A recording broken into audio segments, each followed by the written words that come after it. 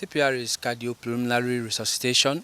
That is basically reviving the heart when the heart has shut off, which is more of a cardiac arrest. So it is important that we do CPR because it's a matter of seconds, and we need to bring that life back as soon as we can.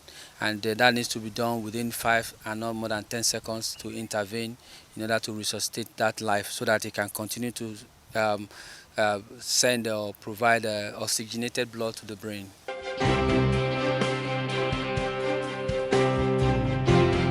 The difference is the age and the makeup in terms of their physique. The type of CPR you do on an adult, for example, if you're doing just a one-person CPR that you also want to provide breath, for an adult you have to do 30 compression and 2 breaths. For a child you do 15. You could use two hands or just one, depending on the makeup of the child, and you give 2 breaths. And for an infant you use 2 thumbs or 2 fingers to do CPR on them.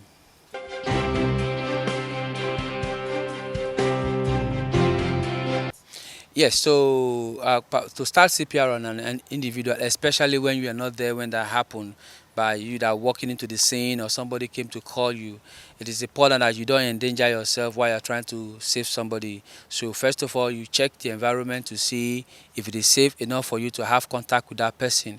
Once you're able to establish that, and furthermore, because you're a CPR person, you can do all this almost at the same time.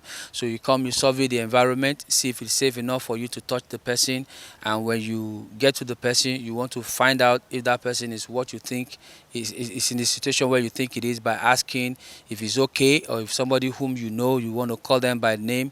And certainly if they're not responding, that means they need help. And then you have to activate the emergency response by either sending somebody to call 911 on the emergency, whatever that is applicable to that environment or that area. And if possible, if it is where you have AED, then ask the person to come with an AED, because that person may not have slumped where there's an AED. So you ask the person to come with that, while then you check for the pulse.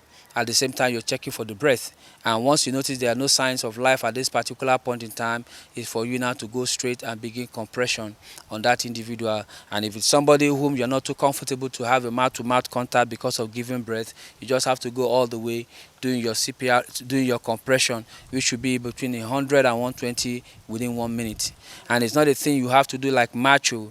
It is not you trying to take glory that I resuscitated this person. Those around you, if they know how to do CPR, then make sure you interchange so that you can recover and continue to do this CPR on this individual.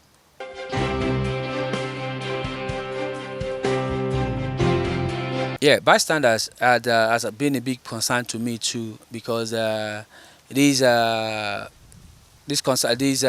it called, photo op about social media has become so craven by that we pay so much attention to gossip. We basically want to gossip about things. We don't even know how to enjoy our life anymore. Every little thing you want to record, and in most cases these things you don't even watch them. So when you see a fellow human being that is on the floor, the next thing you should do is how can you help? You're sending videos to people, telling them about a situation. Those people who are watching the video cannot do anything from where they are. You that can do something, you're not doing anything. After all, you're not a reporter. So a bystander should find what role they can play. Even if you're not very active, you want to give space, you want to give room to that environment, or even guide people and ask them to stay away so that these things can be performed very well. In case there's an intervention from the medics coming, they still have easy access to get to the place. So bystanders should stay away from just gossiping, recording and sharing those things, and they need to also respect the privacy of the individual or the people that are helping others. Otherwise, a lot of people will stay away from this when they are not too certain or sure of the response of the public.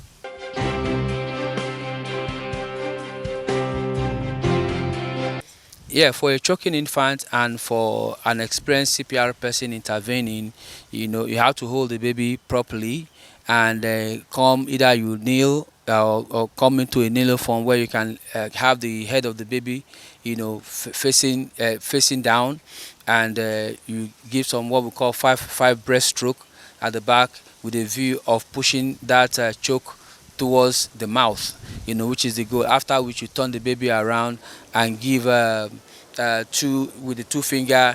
You're now giving another push to the chest, thrust. You're doing 2-finger thrust or 3-finger thrust to see if that thing will come out to dislodge the choke or whatever the substance that is choking on. While you're doing that, you're watching the mouth to see if the substance is coming out. If it is coming out, you use either one finger to pull that thing out. But if you don't see, don't do any blind search. Otherwise, you might be pushing that thing back. Just continue those exercises. Those things will work, but just continue to do that until that substance is dislodged.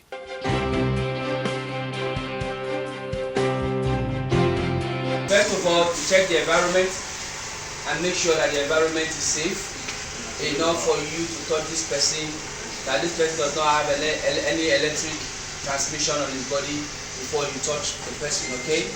And because you know these things, they are going to happen so fast because you know. So while you are coming, you're already checking. So it's not what you do like this.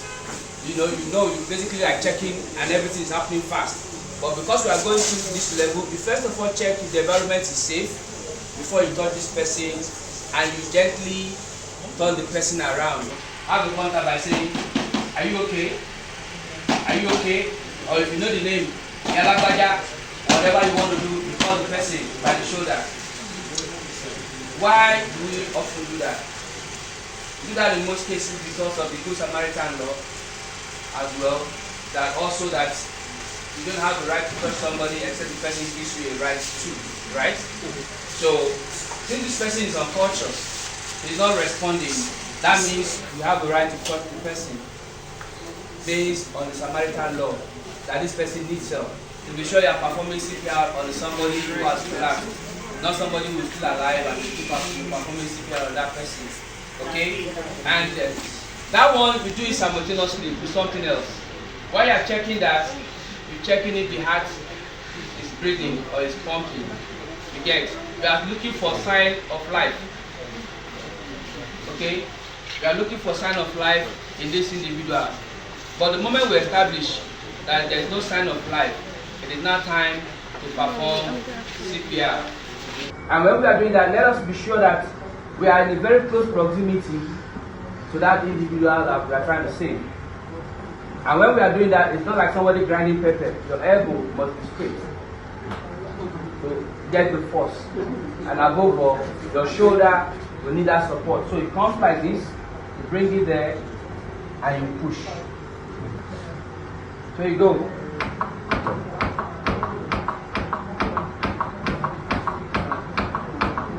Just like that.